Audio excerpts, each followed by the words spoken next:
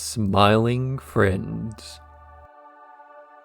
On April 1st, 2020, Adult Swim aired the episode Desmond's Big Day Out unannounced as a part of their April Fool's programming block alongside a pilot for YOLO Crystal Fantasy. The pilot was well received, though it would take another year before the series was picked up in earnest for a full season, though the story doesn't really begin there. In 2017, Michael Cusack was visiting California with fellow animator Zach Hadel, where the two initially came up with the idea for a show called Little Helpers that focused on an optimistic tone and a group of lovable characters that could serve as a springboard for the show to go wherever they chose to. Though the story doesn't really begin there either. On April 30th, 2014, Michael Cusack developed the character Lucas the Magnificent, a parody of bad faith new atheism archetypes on the internet, and performed a sketch that would later cause him to come into contact with Hadel, where the two would eventually begin to collaborate together. But again, the story doesn't really begin there. On July 12, 1995, Tom Fulp founded the website Newgrounds, which became a haven for early internet content creators and can be credited with not only fostering many of the biggest names in digital animation and content creation during the aughts and early 2010s, but also contributed in a nearly impossible to quantify amount to the culture of the internet prior to the proliferation and capitalization following the boom of the information age as enabled by the mainstream success of the smartphone. Okay, maybe the story doesn't actually begin there, but for a show like Smiling Friends, it's hard to make an arbitrary enough cutoff for where to begin the story that tells everything it needs to tell. In spite of, or perhaps because of its origin, Smiling Friends is a show that takes almost nothing from the era of the internet that defined the early years of the careers of its creative heads. Whereas Newgrounds was known for launching the careers of many talented individuals, it was not known for higher artistic merits. Animations were often crude, both in composition and subject matter, but Smiling Friends only borrows this culture aesthetically. The character designs are simplistic and irregular, yet the overall tone diverges by being, well, nice. In an era of creativity so jaded by the constant cynicism of the world and the escapism that's formed in response, one would have expected Smiling Friends to borrow the themes of similar parody, like South Park, Happy Tree Friends, or the myriad other cutesy animatics that use the conflicting art style to drive the darker subject matter further into the spotlight. Instead, it's a show that wears its style on its sleeve. The Smiling Friends are friends who try to bring smiles into the world. This video is split up into individual episode retrospectives, which themselves are split up into 3 sections: recap, review, and wrap-up. Recap is describing the plot of the episode in plain terms. Review is a detailing of the themes of that episode and how they apply to the show overall. Wrap-up is for anything I couldn't find another place for. I will also try to point out cameos as they appear, but the show is packed with them, so expect to see a few corrections in the comments below.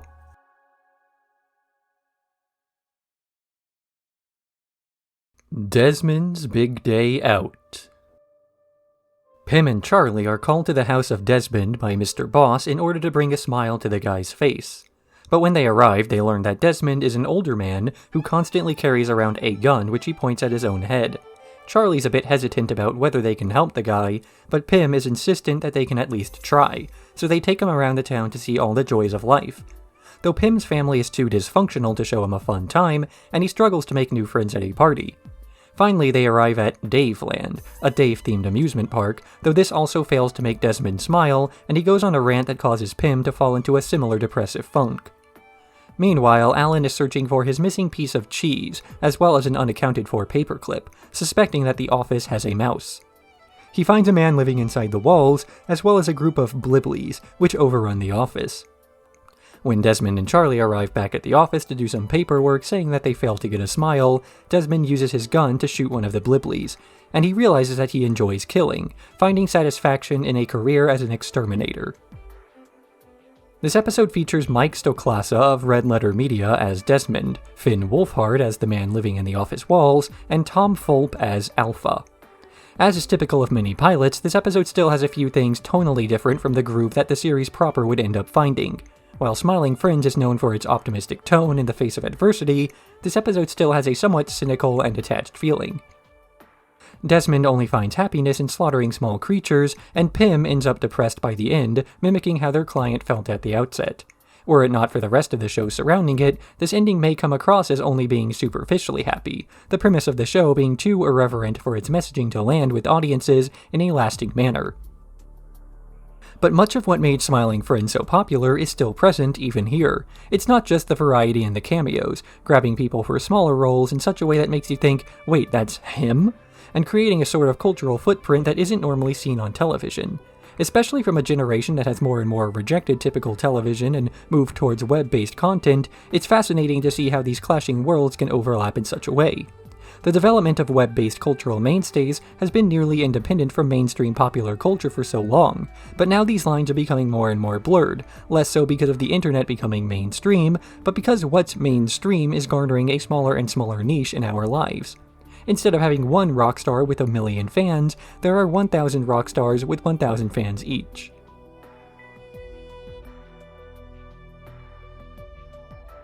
Mr. Frog.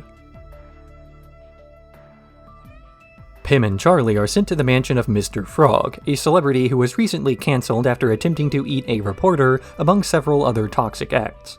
They try to get his career back on track by improving his public image, by getting him to quit drugs, though the withdrawal symptoms cause him to lash out at fans and get him into deeper controversy when he cuts off a woman's hands. This culminates in an appearance on The Tonight Show, where he goes on a racist rant and gets completely deplatformed. Meanwhile, Glip becomes the new Mr. Frog after the studio replaces the original actor with the brand new sanitized version. But despite hiring Glip for his bad boy attitude, they insist on watering that personality down, and the resulting show flops. Until Mr. Frog himself returns and tries to apologize only to snap once again and eat the studio executive. Pim and Charlie wonder if they're not indirectly responsible for the man's death, but the audience loves the violence and Mr. Frog is catapulted into popularity once more. Mike Lauer voices the Bug on the Mr. Frog Show, and Lyle Rath performs his impression of Jimmy Fallon, with Hans Van Harken as Rex the Executive, and of course, Jane Badler of V as the narrator for the episode's intro and outro. As close as a relationship between internet content creators and Smiling Friends is, the cast is no stranger to adjacent creators and their controversies. It seems as though every week there's some YouTuber I've never heard of being dragged online for their behavior off camera, but in this episode there's a comparison made to mainstream television that makes the behavior seem not normal, but not uncommon either. For as long as there have been celebrities, there's been toxic behavior from them, and more often than not, audiences are completely willing to overlook this as long as they enjoy the artist's output. So there's a balancing act between condemning the behavior of celebrities while still trying to profit off of their image and inadvertently supporting them by continuing to finance their lifestyle. It happens on television, it happens on the internet, and even one of America's most prolific theater actors was caught in controversy when he assassinated Abraham Lincoln. So as much as the narrative of the episode tries to portray Mr. Frog as a terrible person, the executives profiting off of his show aren't shown to be much better, regurgitating talking points about toxicity while only paying lip service to the idea of canceling the guy until it looks like their bottom line is at stake. Once again though, this episode surrounds its main cast with a bunch of terrible people and then tries to maintain a level of optimism throughout. All they're concerned with is making a broken individual smile again without hurting anybody else in the process. Despite the Smiling Friends being a company, they rarely bring up money or income, as there are some things more important than profit.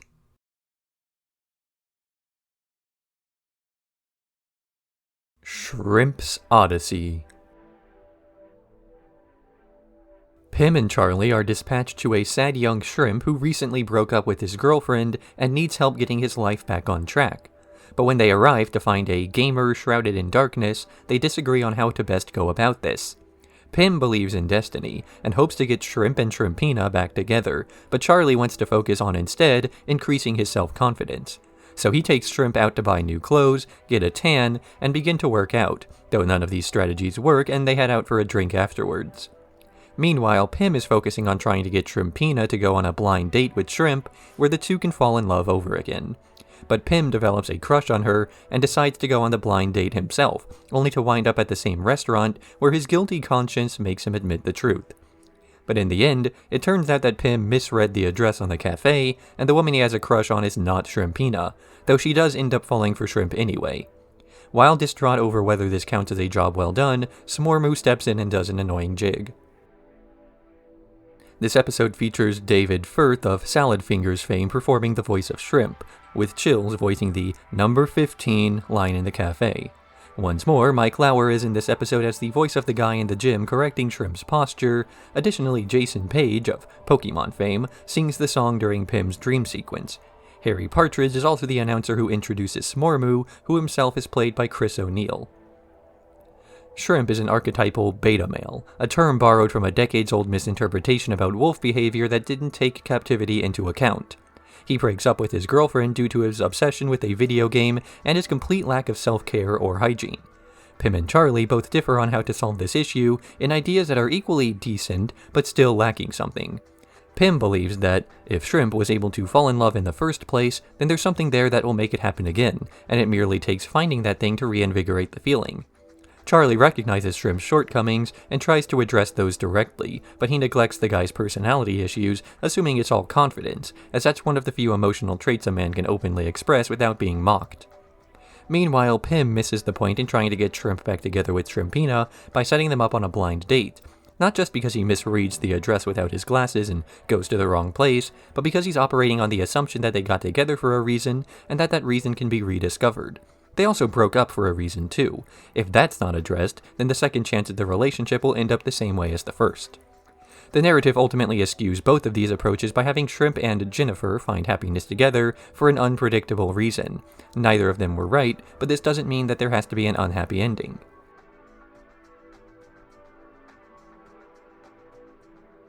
A silly Halloween special. It's Halloween at the Smiling Friends office, though Charlie is the only one not dressed up as he's afraid of having his career ended by something that may be offensive in 10 years. But they learn from Mr. Boss that Halloween has been cancelled because they lack the wood for their bonfire, although Pim volunteers to gather some from the woods nearby to save the day. Despite being warned not to cross the rickety bridge, he goes across anyway, assuming that his system of marking the trees will keep him safe. But rain ruins his scheme, and he stumbles into a river, washed downstream where he takes refuge in a cabin, only to learn that he's being followed.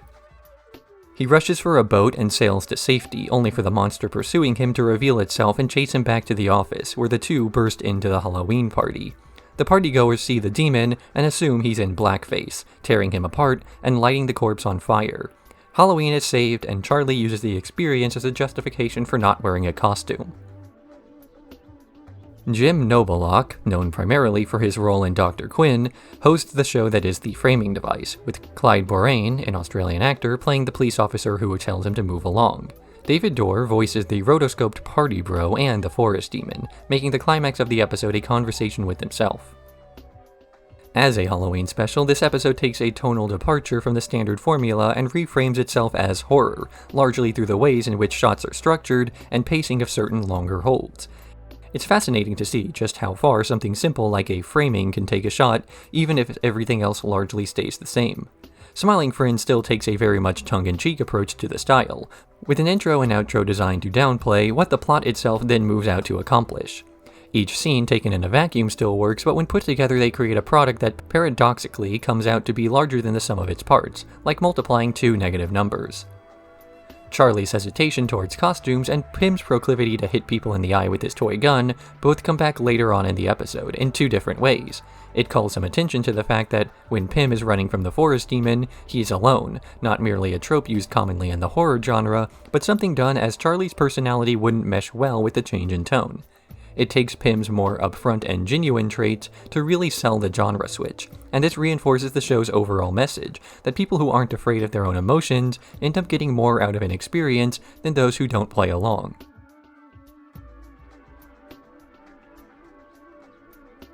Who violently murdered Simon S. Salty? Pim and Charlie are hungry after a movie, and Charlie insists on going to Salty's, a fast food chain. But while there, they learn that the restaurant has been pivoting to healthier options, and an upset Charlie tries to talk to the owner, only to learn that he's been violently murdered. They call the police, then to learn that the murder mysteries have been outsourced to the Smiling Friends, and so they begin to investigate. Each member of the mascot cast is interviewed, with varying levels of suspicion surrounding all of them, until they come across the Century Egg, who was taken off the menu and kept in the basement. The egg agrees to share his archived footage of the night in exchange for being buried in the forests of China, and then they learn that Salty was killed by just about everybody who worked there independently.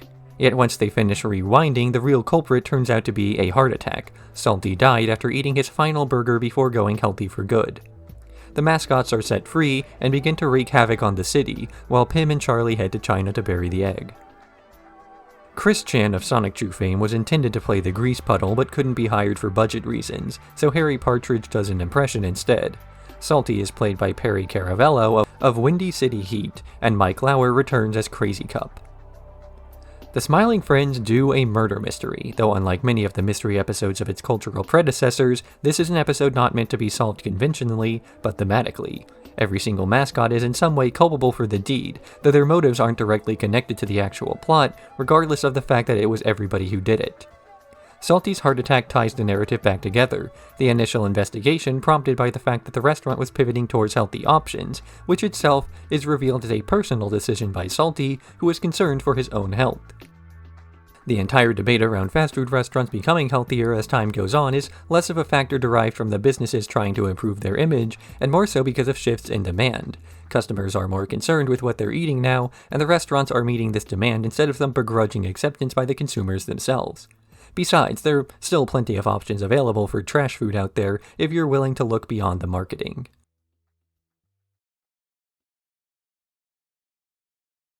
Enchanted Forest.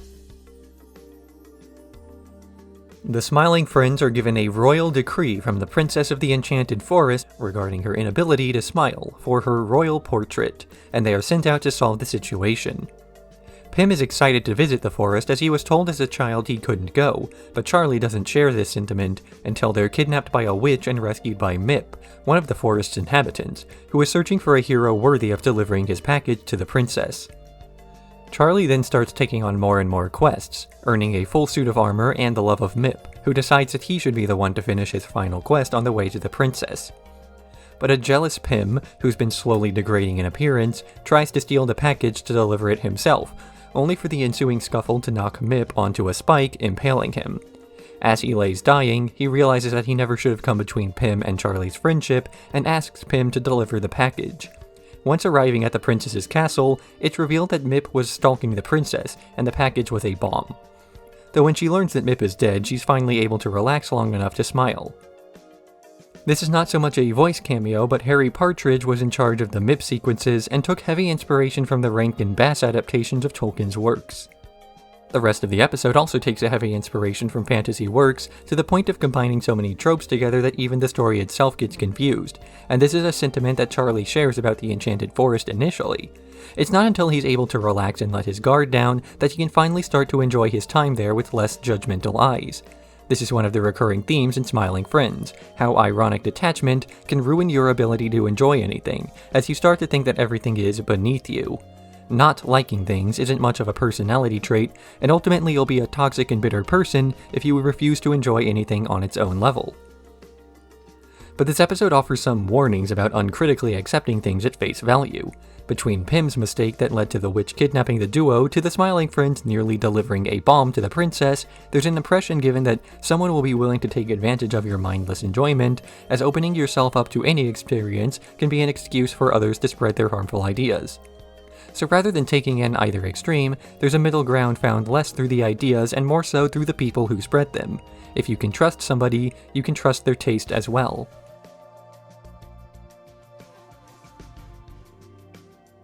Frowning Friends. A new company moves in across from the Smiling Friends, the Frowning Friends, and the duo of Grim and Gnarly. Pim and Charlie ask Mr. Boss for advice on what to do, and he grows disturbed at the new competition, even though he tries to play it off as though it's nothing to worry about. While out trying to bring smiles to people's faces, the Frowning Friends intercept their clients, and convince them that there's no point in trying anything, and that they ought to give up. Back at the office, Mr. Boss is trying to come up with a new strategy to compete, and decides on breaking into their office with a rifle. He runs up to their balcony as they're giving a speech to rile up all the new nihilists, which even includes Alan and Glip, but are interrupted by Mr. Boss. He points his gun at them, and Grim begs for his life, which causes the crowd to grow disillusioned with the message. In the end, Mr. Boss cheers them up by complimenting their idea, and the two learn that smiling feels good, and then they're killed by the Renaissance Men. Harry Partridge returns as 3D Squelton in this episode with Lyle Rath as Mr. Man, the get-out-of-my-head guy. I stated before that the Smiling Friends have never concerned themselves with the money that they get for the jobs they perform. The mere act of making the world a better place is shown to be enough motivation. But Mr. Boss goes mad in this episode as he realizes that he stands to lose out on money from the new competition, and he starts to fear for his company's well-being, so he takes desperate measures to keep the business competitive. There's an underlying message that capitalist competition can force an otherwise socially minded business or charity to start cutting back on their good deeds, focusing more on profits. If focusing on passion over profitability causes you to lose market share to your competition, then it starts to become a bad business move. As for the Frowning Friends themselves, they represent the old ideology that the showrunners have denounced and moved on from. There was a sense of pessimistic detachment from the world that seemed to permeate pop culture among younger people in the later aughts that defined much of the sardonic vibes that these shows had. An idea that everything was worth laughing at and there was no right or wrong in the world, just various flavors of stupid. By refusing to choose, though, you still made a choice, and the consequences of this type of thinking often end up being much worse than any individual ideology could have permitted. As corny as it sounds, people who stand for nothing will fall for anything, and Smiling Friends stands for something.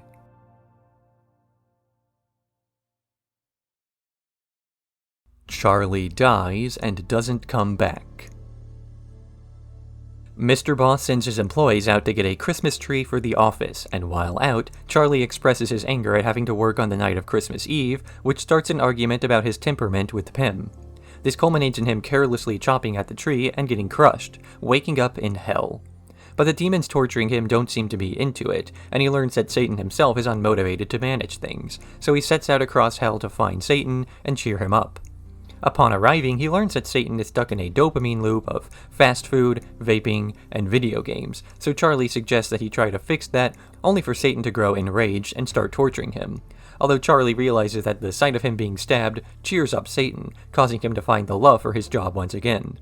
In the end, God saves Charlie from hell, revealing that it was a test to see if he could do the right thing, and Charlie is revived at his funeral.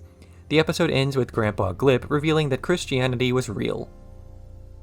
Gilbert Gottfried's iconic voice plays God, and it's a common misconception that James Rolfe of the Angry Video Game Nerd plays Satan, although his actual cameo appearance is a freeze frame shortly after Charlie dies, alongside Mike Stoklasa. This episode's plot starts off because Charlie is dissatisfied with his job, not being especially interested in continuing the work, as he's lacking in the necessary passion. Satan undergoes the same experience, finding that the amount of effort needed to run hell is too much for the reward that he gets, and so it becomes much easier to find a short-term reward to go to instead of investing time and energy into something that doesn't appear to be paying off. Satan and Charlie are both even seen playing the same game at the beginning and the end of the episode. So for Charlie to undergo a long journey with an ambiguous ending is a representation of him overcoming the issues he has with his work alongside the Smiling Friends. After trekking across hell and managing to make Satan smile, he doesn't end up any better off, as Satan reneges on the deal after all. It takes some divine intervention to wrap up the plot, something that would normally be seen as poor writing or a deus ex machina if the episode didn't have a thematic resolution at that point. Charlie can be saved through a Christmas miracle because he had the internal character journey needed to give the plot some sort of resolution, although it is helped that the whole finale is played in a somewhat tongue-in-cheek manner as well.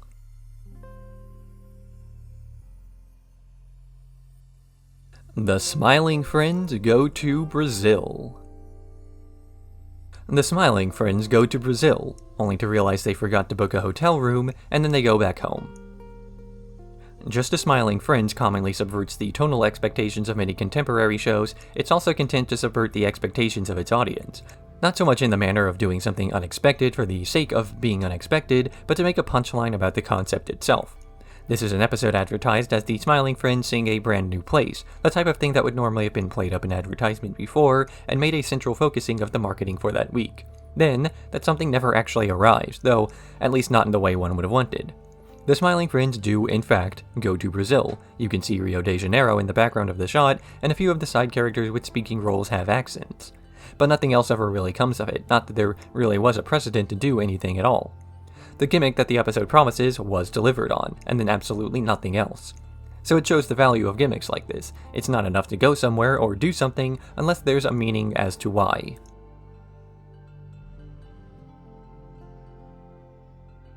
Outro.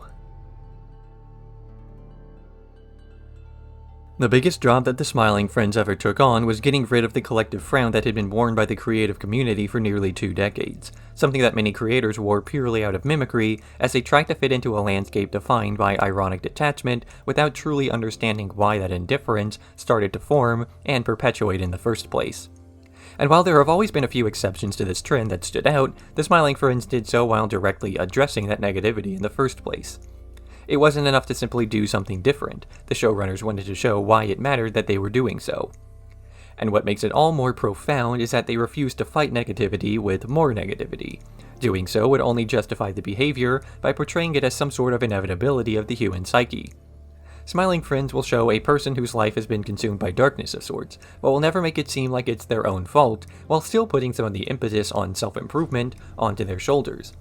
Satan himself appears in the show, and as the ruler of hell, still gets portrayed as a victim of his own vices, and as a person who has some sort of passion deep down.